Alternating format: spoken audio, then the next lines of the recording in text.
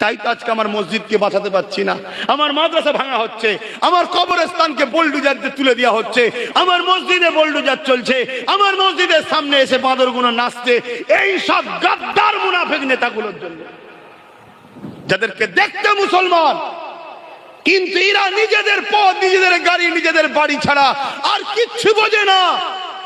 এরা একবার ইসলামের কথা বলবে না।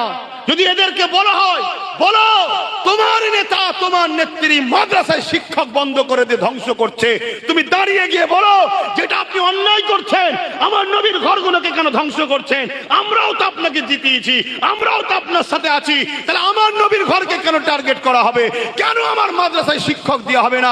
এই গাদ্দারদের মধ্যে একটাও হারামজাদা বেরোবে মনে হয়? কথা বলা বেরোবে?